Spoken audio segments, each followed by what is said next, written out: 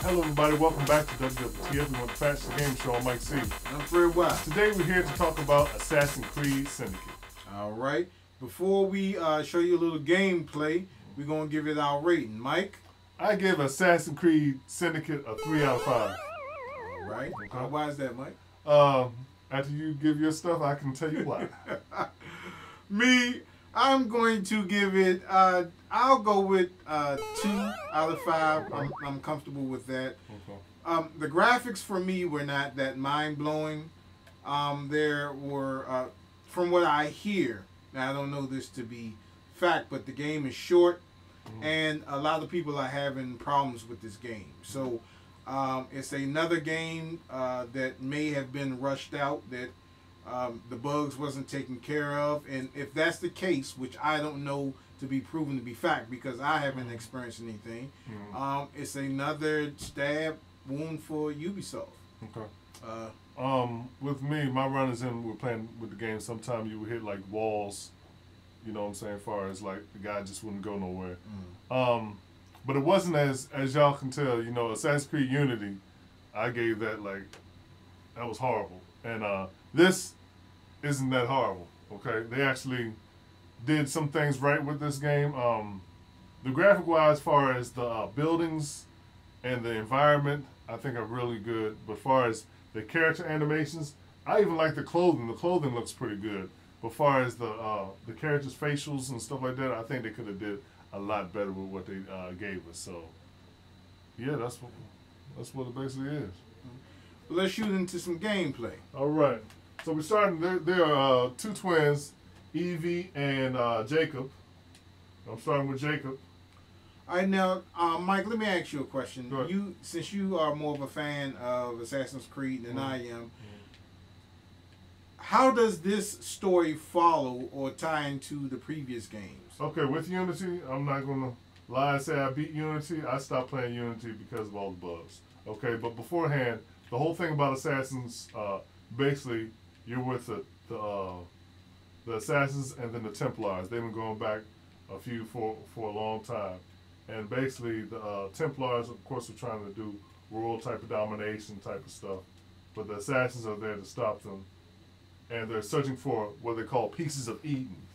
So these are fragments, of course, of the Garden of Eden that have tremendous power. And if they grab all the fragments or whatever, it's like total world domination.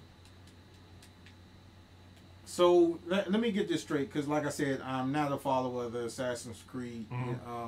Now this is what, like a virtual reality type thing? Yeah. So basically, what they're trying to do, okay, this is actually outside of this. All this stuff is set in the future. So people in the future are trying to assemble and get the pieces of Eden. Okay, but they can't find it. So what they created was the Animus. The Animus is like basically it has genetic memory, so you can trace back and find these pieces where they were last left, you know, by going through the ancestors of who they were before. Like far was with Edward, which was Black and Black Fad, and NCO, and even Altair, which was from the first Assassin's Creed. So their whole purpose is to go back and try to find these pieces of Eden to prevent the Templars from taking over. And I must say, the graphics look amazing. Yeah, the graphics, like I said, the buildings and everything, the environment, it really feels like industrial London. You know, even what I didn't like some of the you know, when they scale down trying to get off the building, sometimes there was just a couple little hang-ups. You know, it couldn't go up the way you wanted as far as with the controls. But how they traverse when they do it correctly is awesome. You can use the environment a lot more on this. You can actually get like a little grapple type of thing that you get on your arm so you can grapple up, which brings a whole new dynamic to the game. So they did give us some new stuff to do, but it wasn't all that far as mind-blowing, you know. But look at this, even the brick textures and everything, it looks good. It almost looks like you can out there and touch it. And that's your sister right there, Evie. So you can switch to either one of these characters up on the fly. So you can just switch, go to your options menu, switch to Eevee. You hit R3. Okay, it's not working.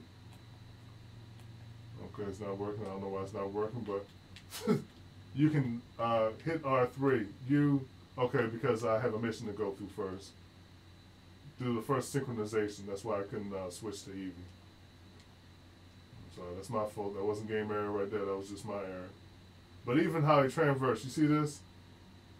Like far as this looks like next generation stuff right here. As far as the environment, the bricks, and stuff like that. That looks good. Yeah, I think I previously said that, you know, the graphics weren't that high to me.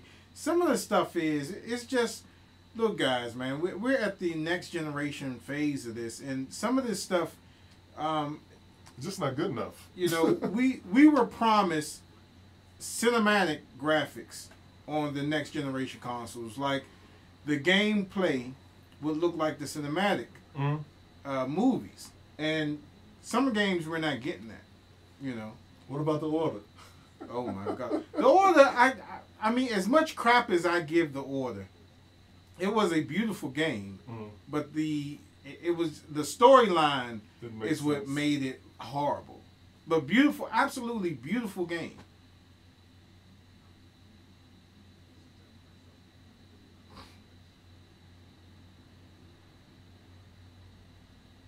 The characters just really, you know, as far as when I first came to this game, I already had a bug with me because of Assassin's Creed Unity or whatever. I almost didn't try to give this game a chance, but I said, let me go ahead and try to give this game a chance. And when I was playing with a tutorial, I was like, man, I'm ready to almost sit this down. Because it's basically going over the same stuff over again. All right, how to sneak, how to do this. But then it opened up to the world and everything like that. I'm like, okay, it's kind of interesting now. You know what I'm saying?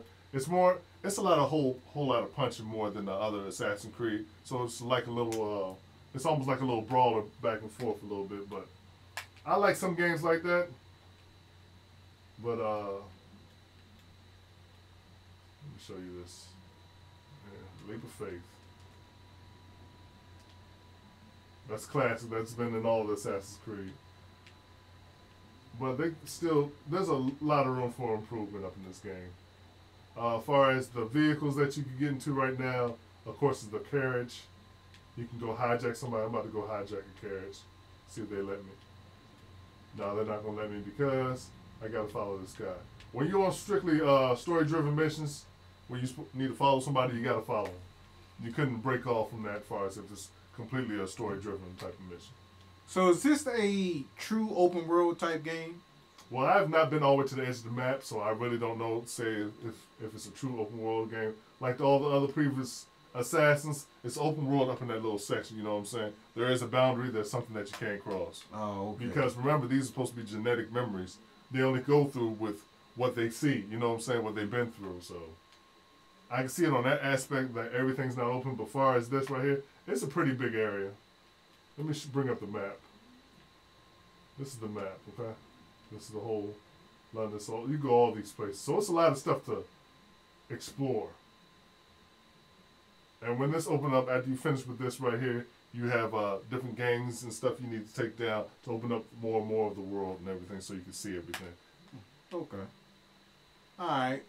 But, yeah, that was just a little gameplay and a little footage to show you how the game looked. Mike, is it a buy for you or a rent? Well, I bought the game because I had to review it for what.